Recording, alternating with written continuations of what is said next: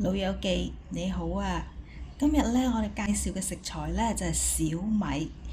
小米咧有好多好處㗎喎，佢可以穩定血糖，促進腸道嘅健康，仲可以幫助睡眠，提供豐富嘅蛋白質、維生素 B 群同埋礦物質嘅。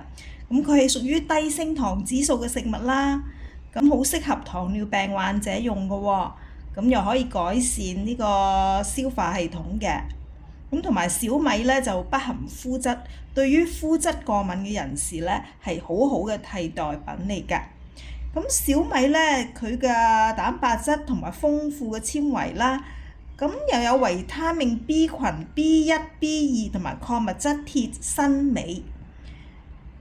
咁佢除咗穩定血糖之外咧，佢仲可以改善睡眠，保護心血管。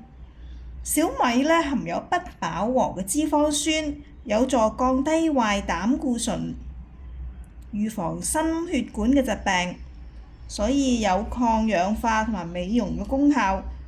除此之外，佢仲可以補氣血養生㗎喎。咁小米粥啊嗰啲咧有米油咧係好有滋補嘅作用㗎。咁適當嘅時候咧，得閒咧煲粥啊、煮飯咧，加少少小米落啲米飯度，咁就有補益㗎啦。